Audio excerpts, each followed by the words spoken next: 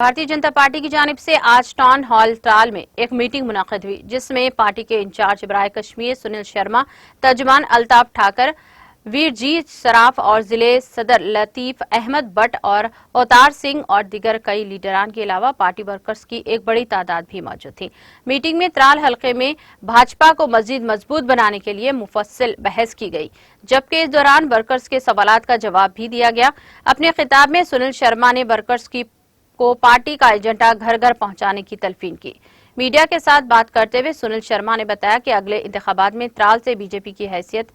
जीत यकीनी है और इस हवाले से तैयारियां की जा रही हैं।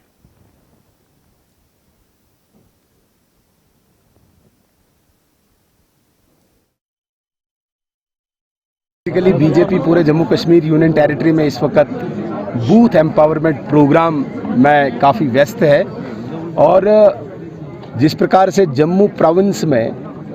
भारतीय जनता पार्टी सक्रिय है, एक्टिव है, उसी तर्ज पे कश्मीर में भी बहुत सारी सीट्स को हमने शॉर्टलिस्ट करके वहाँ पे भी ये बूथ एम्पावरमेंट प्रोग्राम चल रहा है। और आज इसी की कड़ी में यहाँ पुलवामा की जो हमारी बहुत ही इम्पॉर्टेंट सीट है बीजेपी के लिए, दैट इज़ त्राल, जिसको हमने फोकस किया है, जो हमने जीतनी है। इस त्राल की इस धरती पे भी आज बीजेपी के बड़े ही इम्पॉर्टेंट जो इस बूथ एम्पावरमेंट प्रोग्राम में जो लोग लगे हैं उनको बुलाया था और उन्हीं की एक रिव्यू मीटिंग थी कि हम कहाँ पे हैं और फर्दर हमने कितना क्या काम करना है। यही आज का इस मीटिंग का मुद्दा था, यही आज की मीटिंग।